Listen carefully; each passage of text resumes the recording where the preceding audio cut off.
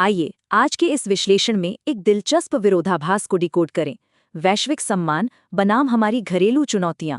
एक तरफ शानदार अंतर्राष्ट्रीय कूटनीति है तो दूसरी तरफ तीखे राजनीतिक टकराव और जमीनी स्तर के गंभीर संकट। शुरुआत करते हैं पीएम की इटली से मैराथन वापसी से लौटने के महज 6 घंटे बाद ही कैबिनेट बैठक। इस अहम बैठक में उनके 12 साल के कार्यकाल की समीक्षा हुई और 12 अलग अलग मंत्रालयों ने प्रेजेंटेशन दिए। साथ ही अंतर्राष्ट्रीय साख पर भी चर्चा हुई।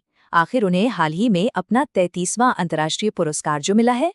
सिर्फ 3 दिनों के अंदर 3 बड़े सम्मान, इनमें संयुक्त राष्ट्र का एक बेहद अहम पुरस्कार भी शामिल है। प्रतिष्ठित FAO एग्रीकोला मेडल। ये उन नेताओं को मिलता है जो वैश्विक खाद्य सुरक्षा और गरीबी मिटाने का काम करें। 2008 में मनमोहन सिंह जी के बाद ये विशिष्ट सम्मान पाने वाले वो केवल दूसरे भारतीय प्रधानमंत्री हैं। खैर, अंतर्राष्ट्रीय मंच पर तो इन उपलब्धियों का जश्न मन रहा था, लेकिन देश के अंदर क्या स्थिति थी?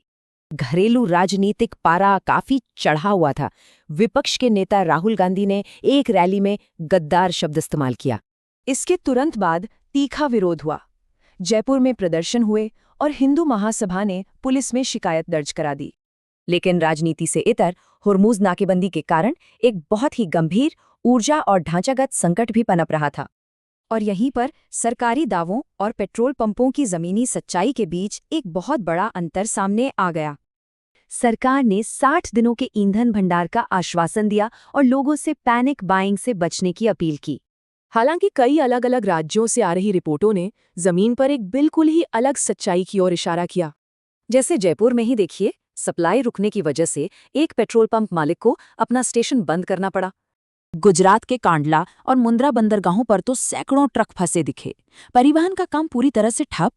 गुजरात में 12 लाख ट्रकों के पहिए थमने से सोचिए लाखों लोगों की आजीविका सीधे खतरे में पड़ गई। वहीं पंजाब के मोहाली में बुआई के अहम मौसम में ही सप्लाई रुकने से किसानों पर सीधी मार पड़ी।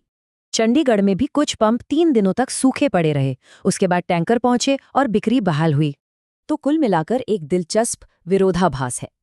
एक ओर शानदार अंतर्राष्ट्रीय सफलता और दूसरी ओर घरेलू संसाधनों की भारी कमी।